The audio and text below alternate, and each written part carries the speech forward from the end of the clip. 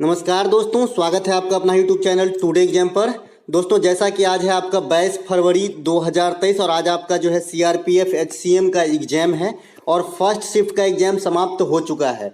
First shift के exam में GK और हिंदी के सेक्शन से जो भी प्रश्न पूछे गए सभी प्रश्नों को लेकर आ गया हूं। सबसे पहले तो इसकी सिलेबस जान ले कि जीके फुल फ्लेज में आ रहा है और हिंदी के क्वेश्चन आ रहा है, तो लाइक जीडी आपको करके जाना है। मैथ की डिफिकल्टी की लेवल की बात करें तो जीडी से आसान मैथ आ रहे हैं। हाँ, जीके जीएस की लेवल थोड़ा इंक्रीज है, जैसा कि आप यहाँ पर देखेंगे। राम मंदिर के फैसला में जो न्यायाधीश का पीठ जमा हुआ था, जिसमें 5 न्यायाधीश शामिल थे, तो इसमें जो है मुस्लिम न्यायाधीश कौन थे, इस प्रकार के प्रश्न आपको पूछा गया है। तो ये थे आपका अब्दुल नजीर, है ना। इसमें बबोरे साहब थे, चंद्रचूड़ साहब भी थे, है ना, और अब्दुल नजीर साहब भी थे, जो मुस्लिम न्यायाधीश होने का जो है इनके नाम से गौरव है, और ये भी शामिल रहे थे राम मंदिर के फैसला में। तो यहाँ पे राइट आंसर अब्दुल नजीर करना था। एक प्रश्न पूछा गया था कि सिंगालीला वन्यजीव अभयारण्य कहाँ स्थित है। देखिए, सिंगालीला वन्यजीव अभयारण्य जो है ये आपका पश्चिम बंगाल के दार्जिलिंग में स्थित है। पश्चिम बंगाल में अन्य जो है आपका नेशनल पार्क जो है पश्चिम बंगाल के अलावा जो मैं बता दूं उधर के नेशनल पार्क जैसे असम में कौन कौन सा है, तो नमेरी है, डिब्रू सखेबा है, मानस है, काजीरंगा है। ये सब असम के जो है प्रमुख नेशनल पार्कों में से हैं। पश्चिम बंगाल में ही आपका सुंदरबन डेल्टा, जो दुनिया का सबसे बड़ा डेल्टा है, सुंदरबन मतलब पश्चिम बंगाल में ही अधिकांश भाग इसके स्थित है, जिसे गंगा ब्रह्मपुत्र डेल्टा भी कहा जाता है। ठीक है, ये बात सब ध्यान रखेंगे। दार्जिलिंग चाय को भी याद रखेंगे। इंडिया में जीआई टैग प्राप्त करने वाला प्रथम वस्तु था दार्जिलिंग चाय 2004 के अंदर। ठीक है, इसके अलावा गोताखोर जो होता है, जो आपका पनडुब्बी वगैरह में जाते हैं गोताखोर वगैरह, तो कौन सी गैस का सिलेंडर का जो उसके पीठ पे आप देखे होंगे तो कौन सा गैस उसमें रहता है, तो इसे एक्वाग्लांस कहते हैं। इसमें आपका हीलियम प्लस ऑक्सीजन को मिलाया जाता है। ऑक्सीजन तो हम लोग जनरली लेते ही हैं, लेकिन इसे हीलियम मिला के जो है इसे रवा किया जाता है, ताकि सांस लेने में, क्योंकि बहुत अंदर जाएगा तो वहां पे सांस लेने में तकलीफ ना हो, इसीलिए इसमें हीलियम मिलाया जाता है। तो राइट आंसर हीलियम हो जाएगा।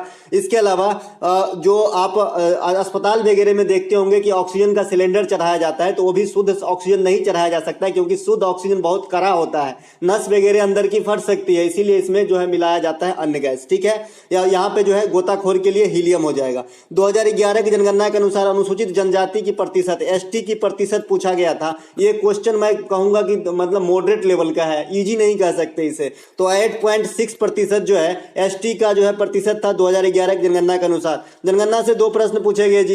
एक प्रश्न पूछा गया जनगणना के अनुसार जो है सबसे कम जनसंख्या किस राज्य का है, तो सबसे कम जनसंख्या आपका सिक्किम का हो जाता है, सबसे अधिक जनसंख्या आपका यूपी का हो जाता है, सबसे अधिक नगरीय जनसंख्या महाराष्ट्र का हो जाता है, सबसे अधिक साक्षरता केरल का हो जाता है, सबसे कम साक्षरता बिहार का हो जाता है, सबसे अधिक जनसंख्या घनत्व बिहार में है, सबसे कम जनसंख्या घनत्व अरुणाचल प्रदेश में है, सबसे अधिक साक्षरता यूटी जो है लक्षद्वीप में है। ये सब बात ध्यान रखेंगे जनगणना से। ठीक है, इसके अलावा पूछा गया मौलिक कर्तव्य किस देश के संविधान से लिए गए हैं। ये तो बहुत पुराने हो गए जी, कॉमन सा क्वेश्चन है, रूस से लिया गया है। मौलिक कर्तव्य हमारे संविधान की शुरुआती हिस्से का भाग नहीं था।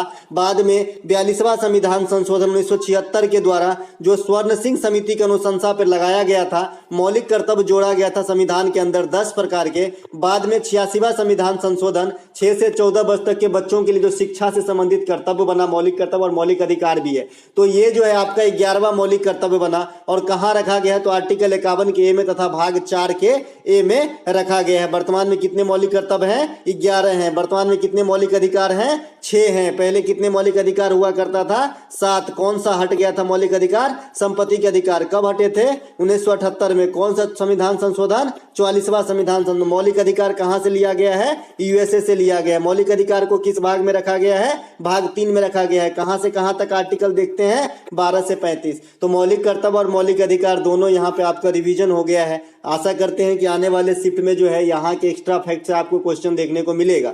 यह स्वर्ण सिंह समिति की अनुशंसा पे लगाया गया था आपका कौन? मौलिक कर्तव्य। एक प्रश्न आया था जी मोइनुद्दीन चिश्ती से, क्वेश्चन क्लियर नहीं है जी क्या पूछा गया था, क्योंकि इसमें कुछ मुगल वंश, मुगल बादशाह या मुगल महारानी का नाम भी अटैच था। ठीक है, तो ये क्वेश्चन पूरा नहीं है, जैसा है वैसा ही बताऊंगा। क्वेश्चन ये पूरा नहीं है, फिर भी मैं आपको बता दूं, शेख मोइनुद्दीन चिश्ती का मकबरा अगर पूछा जाता है तो अजमेर में है, और भारत में जो है ये चिश्ती संप्रदाय के जो है संचालक माने जाते हैं। ठीक है ना। अजमेर में इनके मकबरा है शेख मोइनुद्दीन चिश्ती की। घर दे झोली वाला गीत आपने सुना होगा, ये इन्हीं के दरगाह पे फिल्माया गया है। ठीक है, तुर्की का राजधानी कहाँ है पूछा गया था, तो ये अंकारा है। तुर्की का राजधानी इसलिए पूछा गया जी कि अभी हाल में ही तुर्की में जो है विनाशकारी भूकंप आया है, जिसमें 30,000 से अधिक लोग बेघर हो गए हैं, और भारत जो है ऑपरेशन दोस्त के नाम के जो है वहां पे हेल्प पहुंचाने के लिए मेडिकल टीम को भी भेजा था। तो ये बात भी आप ध्यान रखेंगे, आने वाले एग्जाम्स में ये छपेंगे कि ऑपरेशन दोस्त, जैसे आपने देखा कि भाई जब रूस और यूक्रेन का लड़ाई चल रहा था तो उस समय एक ऑपरेशन चला के वहां पे जो हमारे प्रवासी भारतीय थे उनको निकाला गया,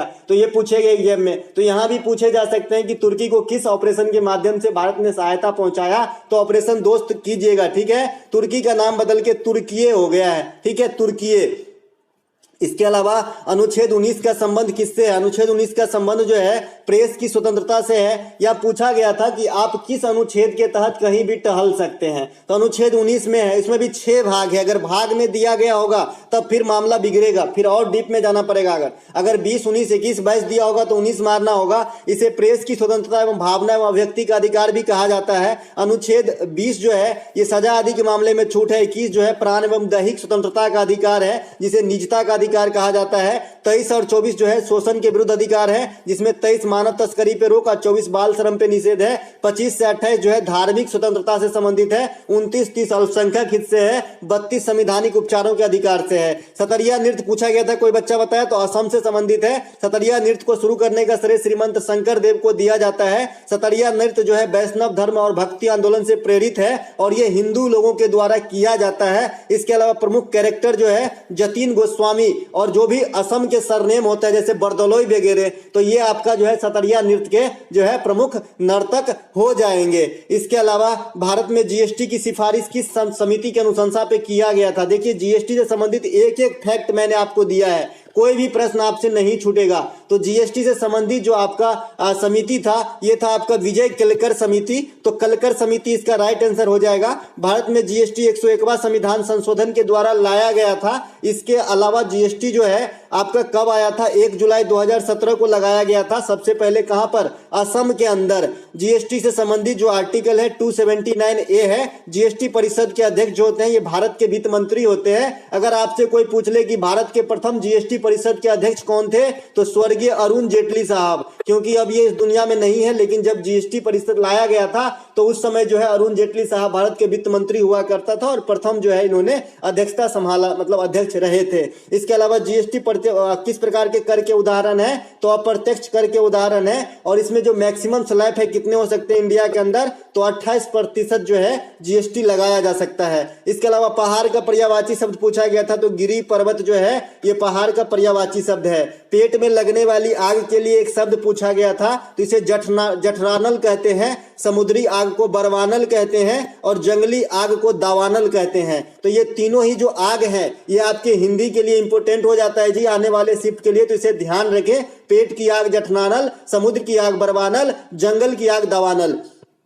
जो बच्चे बोल रहे थे कि एनालिसिस करवाइए, तो मैं पूरा कोशिश करूंगा दोस्तों कि आपको हर शिफ्ट का एनालिसिस करा पाऊं।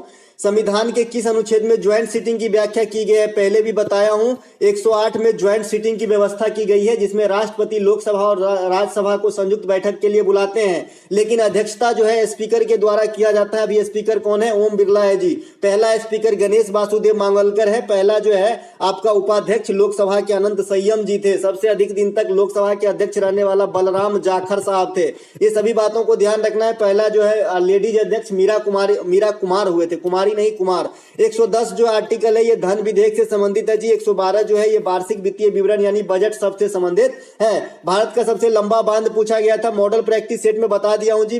सबसे लंबा बांध पूछे, सबसे ऊंचा पूछे, सबसे ऊंचा ज्वारीय बांध पूछे, सब बता दिया हूं। तो सबसे लंबा बांध हीराकुंड बांध है, ये जो आपका महानदी पर उड़ीसा के अंदर है, ये बिजली उत्पादन करता है। भारत की सबसे ऊंची बांध टिहरी बांध परियोजना है, ये भागीरथी और भिलांगना नदी के संगम पर उत्तराखंड में है, और ये भारत के सबसे ऊंचा बांध भी है, 261 मीटर ऊंची है। भारत में सबसे ऊंचा ज्वारीय बांध कहेगा यानी ग्रेविटल डैम, तो ये आपका भाखड़ा नांगल बांध होगा जो सतलज नदी पर पंजाब में स्थित है। भारत की सबसे लंबी पुल है ढोला सादिया ब्रिज, जो असम के ऊपर है, और ये ब्रह्मपुत्र की सहायक नदी लोहित नदी के ऊपर में बनाया गया है। इसके अलावा इसे भूपेन हजारिका पुल भी कहा जाता है। राज्यसभा को कौन सा सदन कहते हैं? तो इसे हमेशा अपर सदन कहा जाता है। लोकसभा को निम्न सदन कहा जाता है। आने वाले शिफ्ट के लिए एक्स्ट्रा फैक्ट जरूरी है, सभी बातों को ध्यान से सुनते जाइएगा। राज्यसभा में सदस्यों के लिए 30 वर्ष उम्र होती है मिनिमम, और लोकसभा में 25 वर्ष मिनिमम होती है। वहीं पे राज्यसभा के सदस्यों का कार्यकाल 6 वर्ष का होता है, लोकसभा के सदस्यों का कार्यकाल 5 वर्षों का होता है। लेकिन अगर राज्यसभा का कार्यकाल पूछा जाए तो अस्थायी हो जाएगा, क्योंकि ये कभी विघटित नहीं होता है। और लोकसभा का कार्यकाल जनरल वे में 5 साल का होता है, लेकिन इसे समय से पहले भी और बढ़ाया भी जा सकता है और समय से पहले भी विघटित भी किया जा सकता है। किसके द्वारा? राष्ट्रपति के द्वारा। कौन से आर्टिकल के प्रयोग करके? आर्टिकल 85 का प्रयोग करके। लोकसभा में जो मैक्सिमम सदस्य हो सकते हैं वर्तमान में 550 और राज्यसभा में 250। 250 में कहां से आते हैं? तो 238 जो है आपका आता है निर्वाचन से, और 12 आता है राष्ट्रपति के द्वारा मनोनयन से। और आपका 550 में लोकसभा के अंदर कहां से आते हैं? तो 530 आ सकते हैं जी आपका राज्यों से, और 20 आ सकता है आपका यूनियन टेरिटरीज से। ठीक है।